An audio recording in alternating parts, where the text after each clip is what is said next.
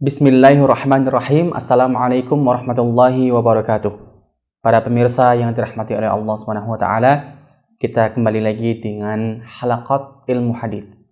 Sebelumnya kita sudah sedikit membahas tentang sejarah singkat bagaimana cerita hadis itu dituliskan.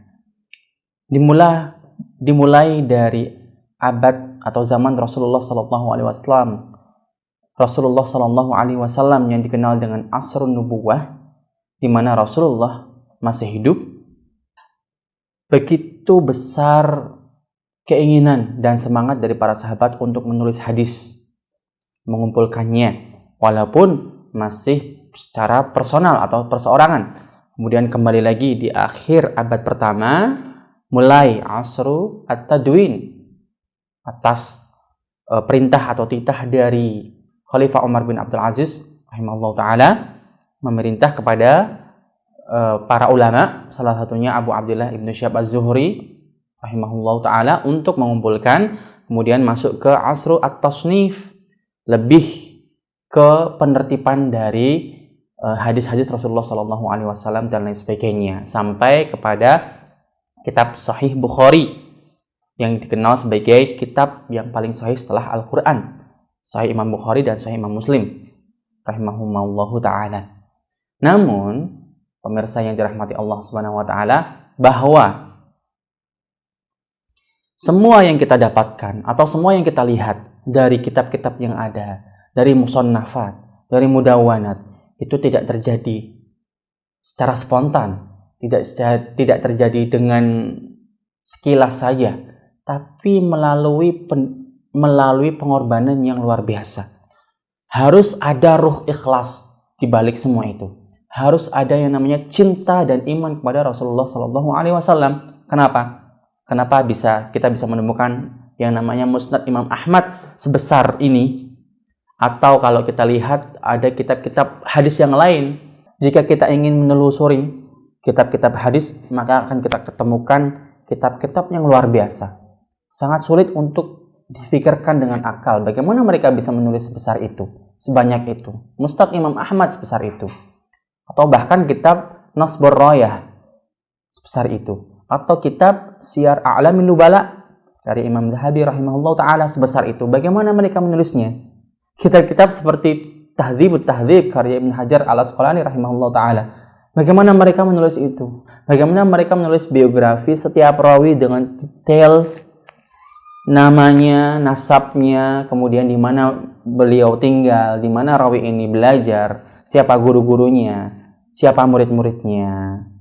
Itu merupakan hal yang sangat luar biasa. Tanpa inayah Allah Subhanahu wa taala semuanya tidak akan terjadi. Maka ini ashabul hadis atau para muhadditsun dari ulama dari sejak zaman sahabat radhiyallahu taala anhum sampai saat ini, sampai nanti hari kiamat, mereka salah satu pejuang-pejuang yang dipilih oleh Allah Subhanahu wa taala untuk menjaga hadis atau menjaga wahyu. Dari segi itu hadis Rasulullah sallallahu alaihi wasallam, inna nahnu nazzalna dzikra wa inna lahu lahafizun. Artinya tidak hanya Al-Qur'an saja yang dijaga, tapi juga hadis Rasulullah sallallahu alaihi wasallam, karena hadis adalah sebagai penjelas, muwaddih, atau yang menjelaskan apa yang ada di dalam Al-Quran melalui Rasulullah SAW yang sudah disifati perkataannya dengan jawami'ul kalim. Luar biasa. Ya, bahkan Al-Quran Al-Karim dengan hadis Rasulullah SAW itu merupakan warisan yang sangat berharga. Di akhir khutbah Hajatul Wada, Rasulullah SAW menjelaskan, wahai para sahabat, taraktu fikum, saya meninggalkan, kata Rasulullah, meninggalkan dua hal, in tamassaktum bihima lan tadillu abadan. Kalau kalian berpegang teguh dengan dua hal ini yang aku tinggalkan sebagai warisan untuk kalian, maka kalian tidak akan pernah tersesat, yaitu kitabullah, Al-Quranul Karim, dan sunnah Rasulullah SAW. Dalam penjelasan hadis ini sebetulnya memang sudah jelas bahwa yang terpenting ada dua ini. Maka slogan-slogan kita kembali ke sunnah, kembali ke Quran dan sunnah itu memang betul. namun ada sedikit yang terlewati pemahamannya bagi sebagian daripada kita. Sebenarnya yang ditinggalkan oleh Rasulullah SAW tidak hanya Al-Quran Al-Karim dan juga tidak sunnah nabawiyah saja, tapi perantara antara Quran dengan sunnah ini, yaitu apa? Al-fahmu. Bagaimana cara memahami? Memang betul slogan, mari kita kembali ke Al-Quran dan sunnah. Baik, tapi bagaimana caranya memahaminya? Bagaimana cara memahami dan sampai kepada pemahaman yang betul?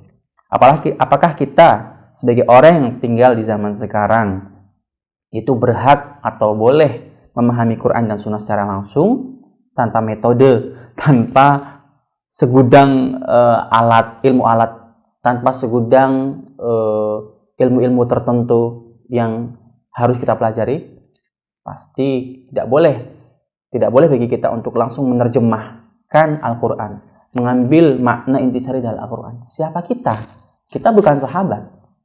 Kita bukan orang yang lahir di Arab dengan pemahaman bahasa Arab dengan saliqoh, artinya dengan pemahaman yang murni dan natural.